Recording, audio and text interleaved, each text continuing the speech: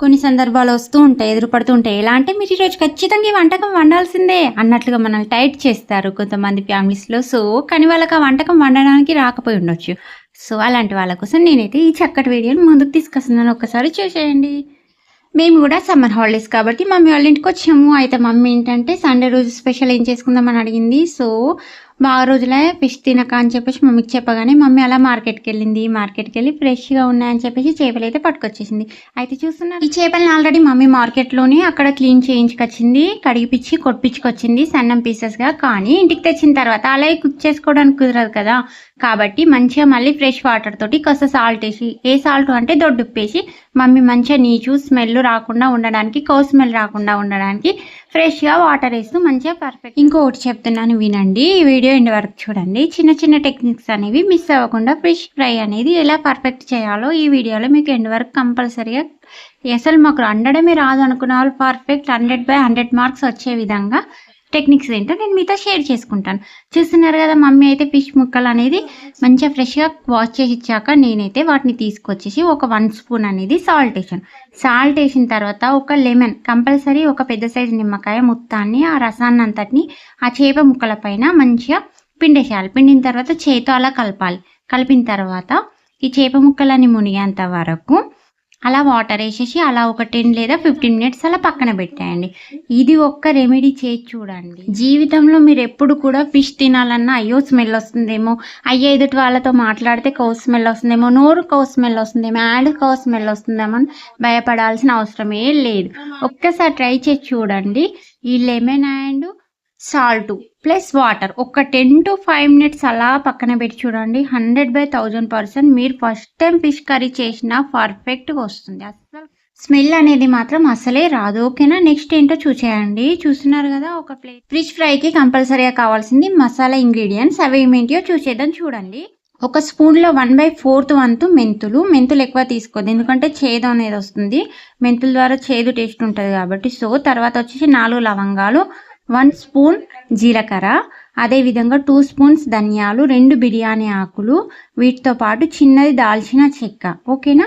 వీటిని మంచిగా మనం కొంచెం పెంక పైన లేదా కడాయిలో వేయించుకొని గోరువెచ్చగా అయ్యాక వీటిని ఏం చేయాలి అంటే మిక్స్ చేసేసుకోవాలి. ఇంతకుముందు నేను మీకు వీడియోలో చూపించాను కదా చేప ముక్కల్లో నిమ్మరసం ప్లస్ సాల్ట్ వేయాలి అని.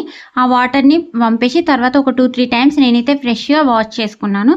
చూడండి ఒక 20 మినిట్స్ తర్వాత చేప ముక్కలన్నీ ఎలా అయ్యాయో. అంటే ఇప్పుడు మనం వాటిని కడేసిన తర్వాత హ్యాండ్ వాష్ చేసుకున్నా కానీ అస్సలు స్మెల్ అనేది రాదు, కౌ స్మెల్ అయితే రాదు.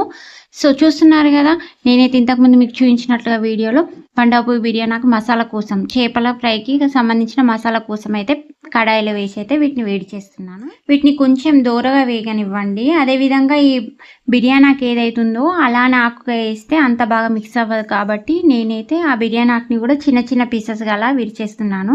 సో కిందికి మంట ఉంది కానీ నేను పైన కడాయిలో పెట్టి కలుపుతున్నాను. నాకు కొంచెం ఎక్స్పీరియన్స్. మీరు ఎవరైనా కొత్త వాళ్ళు అంటే అలా చేయకండి. చూస్తున్నారు కదా నేనైతే మిస్ చేసింది ఏంటంటే యాలకులు. మంచి ఫ్లేవర్ కోసం అయితే కంపల్సరీ యాలకులు, కౌసుకూర అయినా స్వీట్లో అయినా యాలకులను అస్సలు స్కిప్ చేయకూడదు, చాలా టేస్ట్ ఉంటుంది. ఒక 2 పెద్ద సైజు యాలకులు తీసుకొని చూసారా ఆ కడాయిలోనే వేడిగా వేయించేసాను. కొంచెం దూరగా వేగిన తర్వాత ఈ యొక్క ధనియాలు, మెంతులు మనం ఏవైతే మసాలా దినుసులకు ప్రిపేర్ చేసుకున్నామో వాటన్నిటిని తీసి ఒక 5-10 మినిట్స్ అలా పక్కన పెట్టేసి తర్వాత సన్నగా అలా మిక్సీ పట్టేశాను. ఎప్పుడైనా సరే చేపల కూరలో మంచి ఫ్లేవర్ ఇచ్చేది మెంతులు ప్లస్ ధనియాలు. ఇది లేకుండా అయితే అస్సలు ఫిష్ కర్రీ అనేది ప్రిపేర్ చేయొద్దు. ఫ్రై అయినా కర్రీ అయినా దేనికైనా ఇది చాలా బాగా టేస్ట్ని ఇస్తుంది. తర్వాత చూస్తున్నారు కదా నేనైతే కొన్ని చేప ముక్కలు అయితే తీసుకొని సపరేట్. ఈ ముక్కలు ఓన్లీ మమ్మీ ఫ్రై కోసం మాత్రమే కొట్టించింది అన్నట్లు. అంటే తల భాగం కాకుండా తోక భాగం కాకుండా మీడిలో ఉంటుంది కదా చేప బాడీ భాగం అందులో నుంచి తీసినాం అన్నట్లు. ఇందులో వచ్చేసి మసాలాగా నేను ఏమేమి ఇస్తున్నానంటే ఒక 1/2 స్పూన్ వచ్చేసి ఉప్పు, 1/2 స్పూన్ వచ్చేసి కారం, చిటికెడంత పసుపు. వీటన్నిటితో పాటు మనం ఇంతకుముందే ప్రిపేర్ చేసుకున్నాం కదా మసాలా పౌడర్. ఆ మసాలా పౌడర్ని ఒక 1 స్పూన్ వేస్తున్నాను. అయితే ఏంటంటే మీరు ఎప్పుడైనా ఫిష్ ఫ్రై చేసేటప్పుడు చాలామంది ఇందులో ఏంటంటే ఆనియన్ పేస్ట్ అనేది మిక్స్ చేసేస్తారు. అస్సలు వేయద్దు. ఎందుకంటే ఆనియన్ పేస్ట్ అనేది మిక్స్ చేసేయడం ద్వారా చేప పీసెస్ని మనం ఆయిల్లో వదిలేయగానే అదేంటంటే మాడిపోతుంది. సో లోపల చేప భాగం అనేది ఉడకదు. అందుకని అలా వేయడం సరైన పద్ధతి కాదు. చూస్తున్నారు కదా. నెక్స్ట్ వచ్చేసి నేనైతే ఆ చేపలు ఆ మసాలాలు అన్నీ వేసాక మసాలా బాగా పట్టడం పీసెస్ బాగా కలుపుకున్నాను.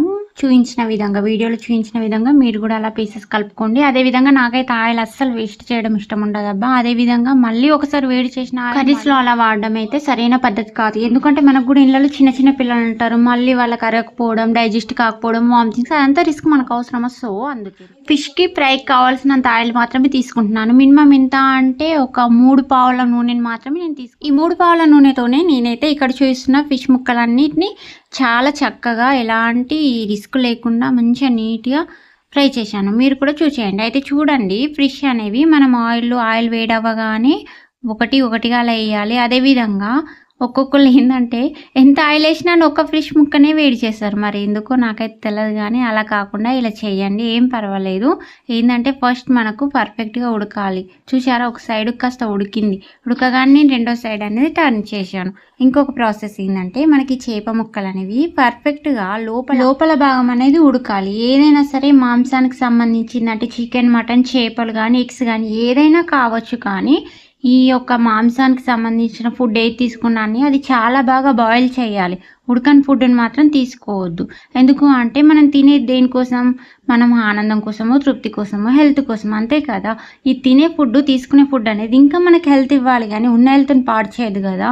నేనైతే అలా అనుకుంటాను. మరి మీ ఉద్దేశం, మీ ఇష్టం ఏంటో నాకు తెలియదు, కానీ సో నాకు తెలిసిందైతే మీతో షేర్ చేసుకుంటాను. చూసారా, చేప ముక్కలు అనేది చాలా చక్కగా ఫ్రై అయిపోయాయి. ఇప్పుడు ఈ చేప ముక్కలు అనేవి చాలా చక్కగా ఫ్రై అయ్యాయా లేదా అనేది మీకు పర్ఫెక్ట్గా తెలియదు కొంతమందికి. ఎందుకంటే పైన మాడిపోగానే ఏం చేసేస్తారు, అవి ఉడికిపోయినా తీసేస్తారు, కానీ తినేటప్పుడు లోపల మాంసం మాత్రం ఉడకదు. సో అది ఉడికిందా లేదని తెలుసుకోవడానికి ఒక టెక్నిక్. అది ఏంటంటే మన దగ్గర ఒక చిన్నది స్నైప్, ఏదైనా షాక్ కావచ్చు, లేదు అంటే ఏదైనా స్పూన్ కావచ్చు, ఏదైనా కావచ్చు, లేదంటే ఒక చిన్నది పుల్ల కావచ్చు, అలాంటి దాంతో ఒకసారి ఆయిల్లో అది ఉడుకుతున్నప్పుడే, బాయిల్ అవుతున్నప్పుడే ప్రతి చేప ముక్కని లైట్గా అలా పొడిచి చూడండి. ఒకవేళ ఆ చేప ముక్కకు ఒకవేళ మనం వేసినటువంటి స్నైప్ కానీ పుల్ల కానీ అతుక్కపోయినట్లుంటే ఇంకా అది కొంచెం బాయిల్ అవ్వాలని అర్థం. చూశారు కదా, మేమైతే మా ఇంట్లో సండే స్పెషల్ ఈ విధంగా చక్కగా చేపలు అనేది ఫ్రై చేసుకున్నాం. మరి ఈ సండే మీరేం స్పెషల్, మీ ఇంట్లో మీరేం స్పెషల్ చేసుకున్నారో కామెంట్ బాక్స్లో కామెంట్ చేయండి. అదేవిధంగా నా వీడియో యూజ్ఫుల్ అనిపిస్తే మరిన్ని వీడియోస్ కోసం నా ఛానల్ని లైక్, షేర్, సబ్స్క్రైబ్ చేయండి. Thank you for watching.